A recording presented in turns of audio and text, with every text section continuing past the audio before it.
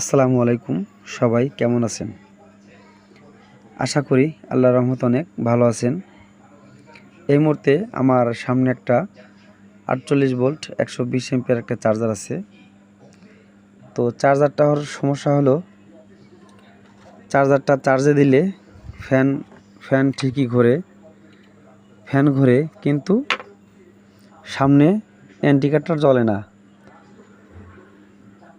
তো যাই হোক, সব মিলে হলো ডিসি সাইডের সমস্যা। এটা হলো লাইট সেকশনের সমস্যা। তো অবশেষ সিস্টেমে আমি দেখলাম, আদার সাইড ম্যাপে টেপে দেখলাম কিছুতে এখানে ভোল্ট পৌঁছাচ্ছে না। পরে ওই লাইনটা বাদ দিয়ে আমি আলাদা লাইন দিয়ে যে একটা ইন্ডিকেটর দেখেন জ্বলাচ্ছি। তো সব শেষে বুঝলাম এখানে লাইনটা শর্ট আছে। ইন্ডিকেটরের লাইনটা শর্টটা যদি আমি ক্লিয়ার করে ছাড়া দেই, আশা করি ঠিক হয়ে যাবে।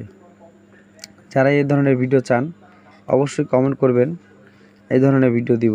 তো সবাই ভালো থাকেন। আসসালামু আলাইকুম।